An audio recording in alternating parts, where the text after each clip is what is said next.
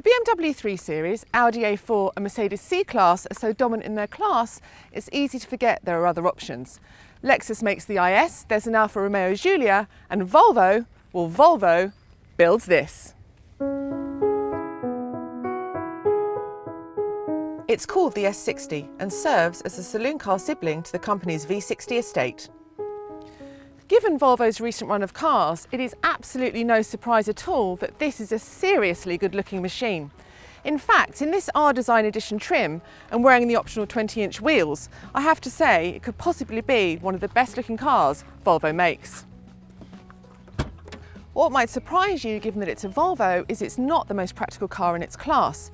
Admittedly, at 442 litres, the boot is hardly small, but that can't take away from the fact that the BMW 3 Series and Audi A4 both offer 480 litres of space.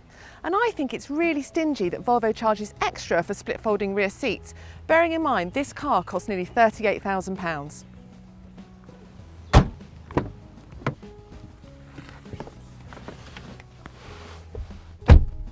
It's hard to imagine that anyone's going to complain about travelling in the back though. There's plenty of legroom, and unless you're really tall, headroom should be just fine. And even though you're back here, everything is really well padded and solidly finished. It's just a really nice place to be.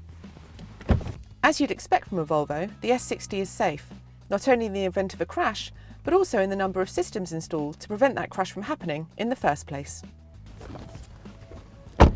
For example, Volvo's autonomous emergency braking system doesn't just spot other vehicles, but pedestrians, cyclists and large animals. And the oncoming lane mitigation helps you steer back into lane should you start drifting towards oncoming traffic.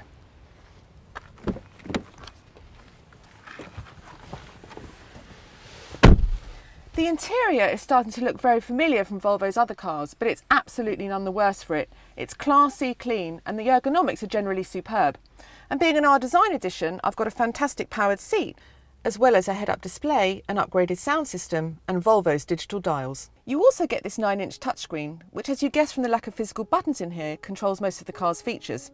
It features Apple CarPlay and Android Auto, and for the most part is very well thought out. Our only gripe is that the controls in these sub-menus can be fiddly to find when you're on the move.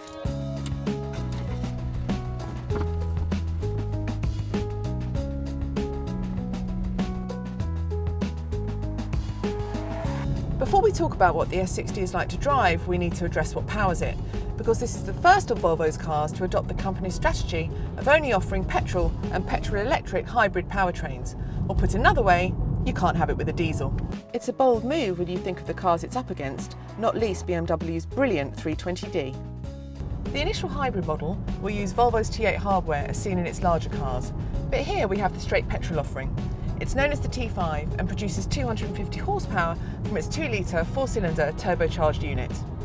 Driving through an automatic gearbox, that's enough to get the S60 T5 from 0 to 62 in 6.5 seconds, while the top speed is 145 miles per hour.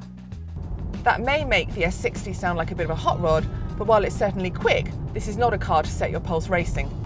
For a start, the engine note is dull, plus there's noticeable turbo lag, and the 8-speed automatic gearbox isn't one for snappy changes, even when you use the paddles. As a result, the S60 T5 always seems to have this soft response when you press the throttle, like you're having to coax it into going quickly, when actually it would prefer to just chill out. The handling is similar in that it really isn't set up to be a sporty drive. There's no feel through the very light steering, and because the body has quite a bit of initial lean, it lurches when you throw from one direction to another. In fairness, this comfort-orientated approach has been employed very successfully in some of Volvo's other cars. However, in this R Design Edition with its sport suspension, the ride isn't anything like as soft and comforting as it is in something like the V6 Cross Country we tested recently. The low-speed ride in particular is just too fidgety, and as a result the S60, in this R Design Edition specification at least, doesn't feel like it's realised its potential. Now, it's possible that adding the optional adaptive dampers might help to calm the ride, but personally I'd still lean towards the BMW 3 Series in this class if I wanted the best driving experience. If I did want to stick with a Volvo, it would be the more practical and smoother riding diesel-powered V60, because if you want to chill out, you may as well do it properly. Thank you for watching. As ever, to find your next car from a top-rated dealer, head to cargurus.co.uk. And please do remember to subscribe and turn on notifications so you can see when our latest videos go live.